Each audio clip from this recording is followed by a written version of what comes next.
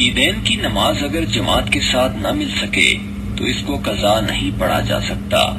عید الفطر اور عید الاضحیٰ کی تکبیر یہ ہوتی ہے: اللہ اکبر اللہ اکبر، لا الہ الا اللہ واللہ اکبر، اللہ اکبر وللہ الحمد۔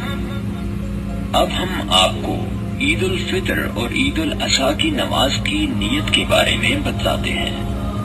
عید الفطر کی نماز کی نیت یہ ہوگی: میں نیت کرتا ہوں 2 رکعت نماز واجب عید الفطر ماہ 6 زائد تکبیروں کے امام کے پیچھے واسطے اللہ کے منہ میرا کعبۃ اللہ شریف کی طرف۔ عید الاضحیٰ کی نماز کی نیت یہ ہوگی: میں نیت کرتا ہوں 2 رکعت نماز واجب عید الاضحیٰ ماہ 6 زائد تکبیروں کے امام کے پیچھے واسطے اللہ کے منہ میرا کعبۃ اللہ شریف کی طرف۔ اب ہم آپ کو عید الفطر اور عید الاضحیٰ کی نماز پڑھنے کا طریقہ بتلاتے ہیں۔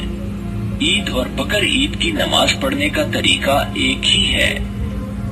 جب امام تکبیر تحریمہ یعنی اللہ اکبر کہے تو آپ بھی تکبیر تحریمہ یعنی اللہ اکبر کہہ کر ہاتھ باندھ لیں اور اس کے بعد ثنا پڑھیں: سبحانک اللہم وبحمدک وتبارک اسمک وتعالی جدک ولا الہ غیرک۔ اس کے پڑھنے کے بعد اللہ اکبر کہہ کر ہاتھ کانوں تک لے جا کر چھوڑ دیں، یعنی ہاتھوں کو کھلا رہنے دیں، ہاتھ باندھے نہیں۔ پھر دوبارہ اللہ اکبر کہہ کر ہاتھ اوپر تک لے جائیں اور پھر چھوڑ دیں۔ 2 بار یہ عمل کرنے کے بعد تیسری مرتبہ ہاتھ کانوں تک اٹھائیں اور کھلا چھوڑ دینے کی بجائے ہاتھ باندھ لیں۔ یہ 3 تکبیریں ہو گئیں۔ اب امام تحفظ اور تسمیہ کے بعد سورہ فاتحہ اور اس کے بعد کسی اور سورت کی قرأت کرے گا۔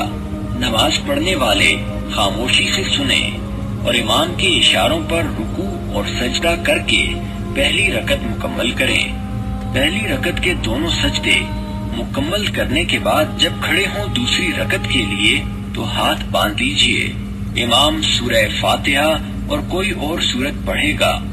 اس سورت کے ختم ہونے کے بعد امام کے تکبیریں کہنے پر آپ بھی امام کے ساتھ آہستہ سے 3 مرتبہ تکبیر کہہ کر ہاتھ کانوں تک لے جا کر کھلے چھوڑ دیجئے، اور 4تھی مرتبہ جب امام اللہ اکبر کہے تو آپ رکوع میں چلے جائیں۔